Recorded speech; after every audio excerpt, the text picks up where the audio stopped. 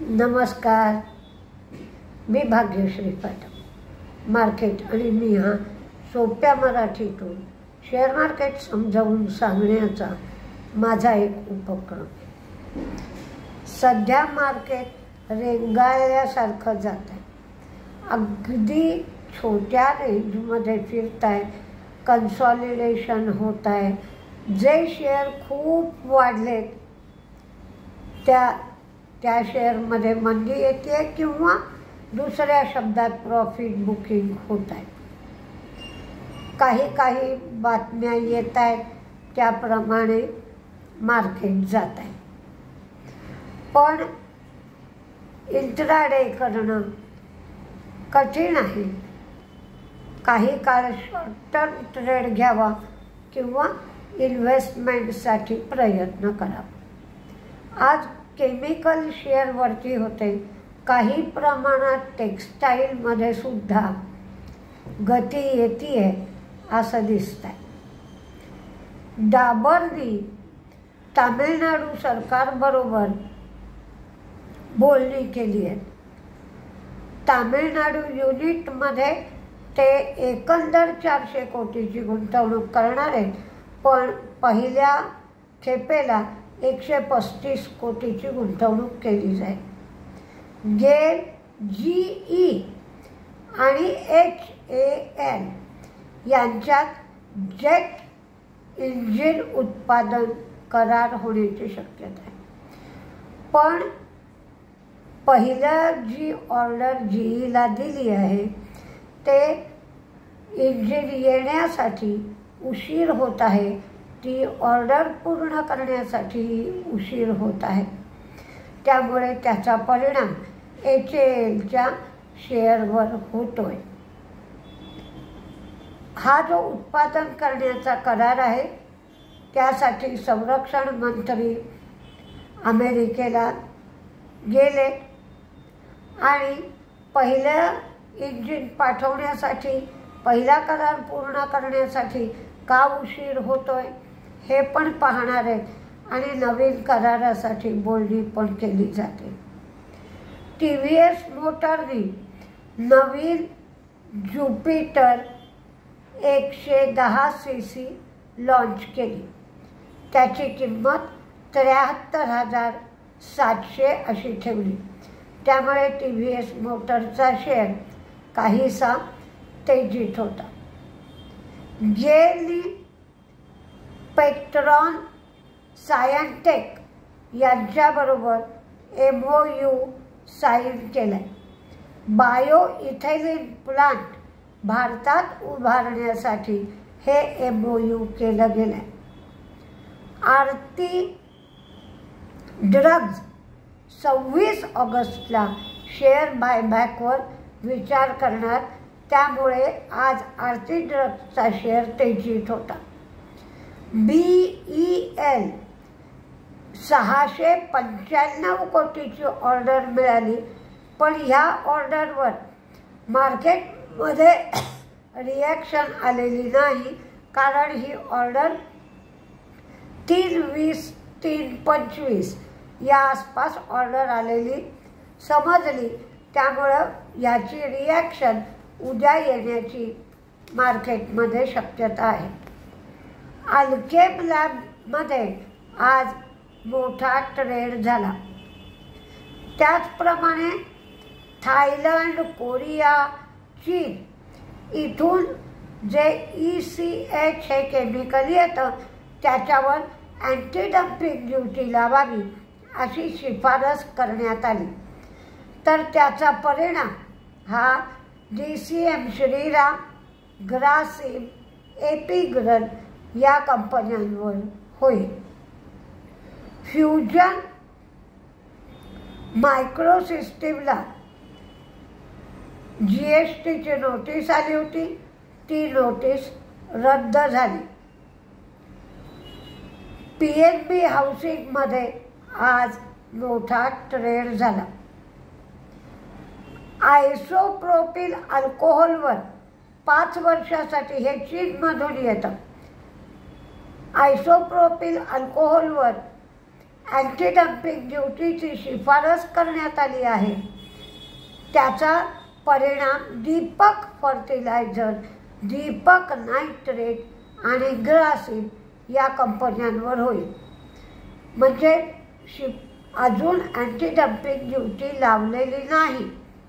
त्यामुळे या कंपन्यांकडे लक्ष ठेवावं.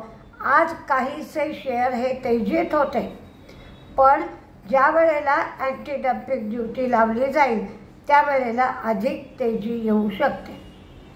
ट्रान्सफॉर्मर्स आणि रेक्टिफायर्स यांना $16.80 मिलियन ची एक्सपोर्ट ऑर्डर मिळाली.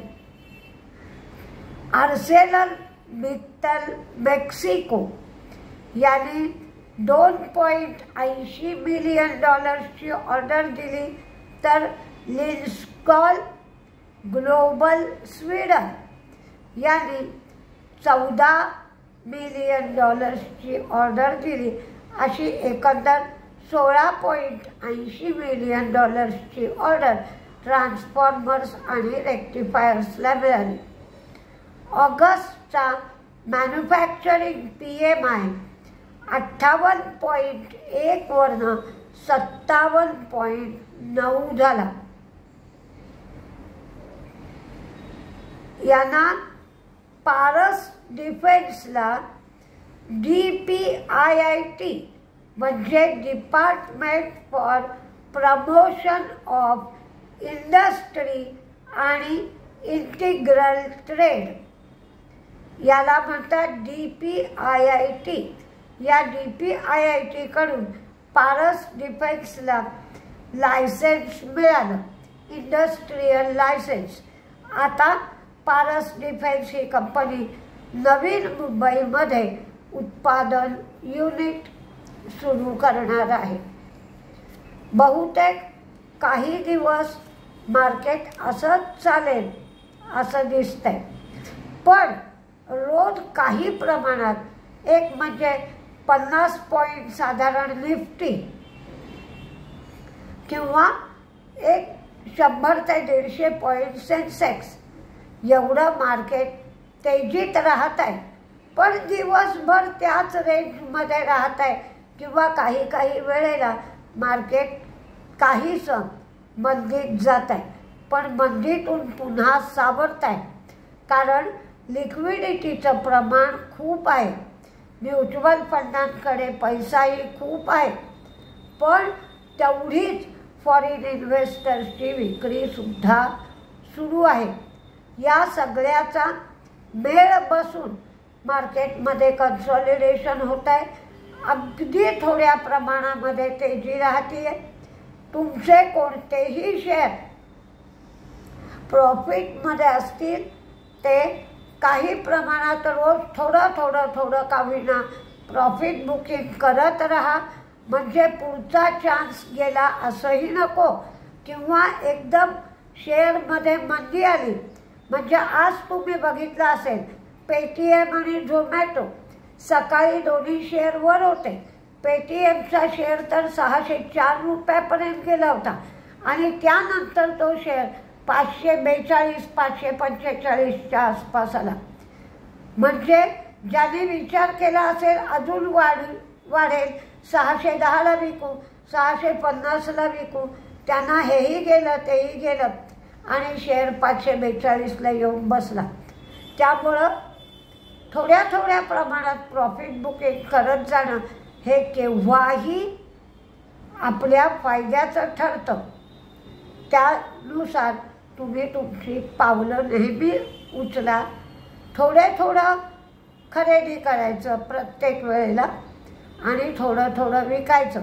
म्हणजे आणखीन स्वस्तात मिळालं तरी संधी उपलब्ध राहते आणि आणखीन महागात विकायला मिळालं तरी आपल्याजवळ काही शेअर विकण्यासाठी राहतात. हे लक्षात ठेवून एक शिस्तबद्ध कार्यक्रम आखून पहा. आता ऑगस्ट महिना आहे. तुम्ही एक लिस्ट बनवली असेल की कोणत्या कंपन्यांनी किती डिव्हिडंड दिला, त्या डिव्हिडंडची रेकॉर्ड डेट काय होती, मग मला त्या कंपनीचा डिव्हिडंड मिळाला का?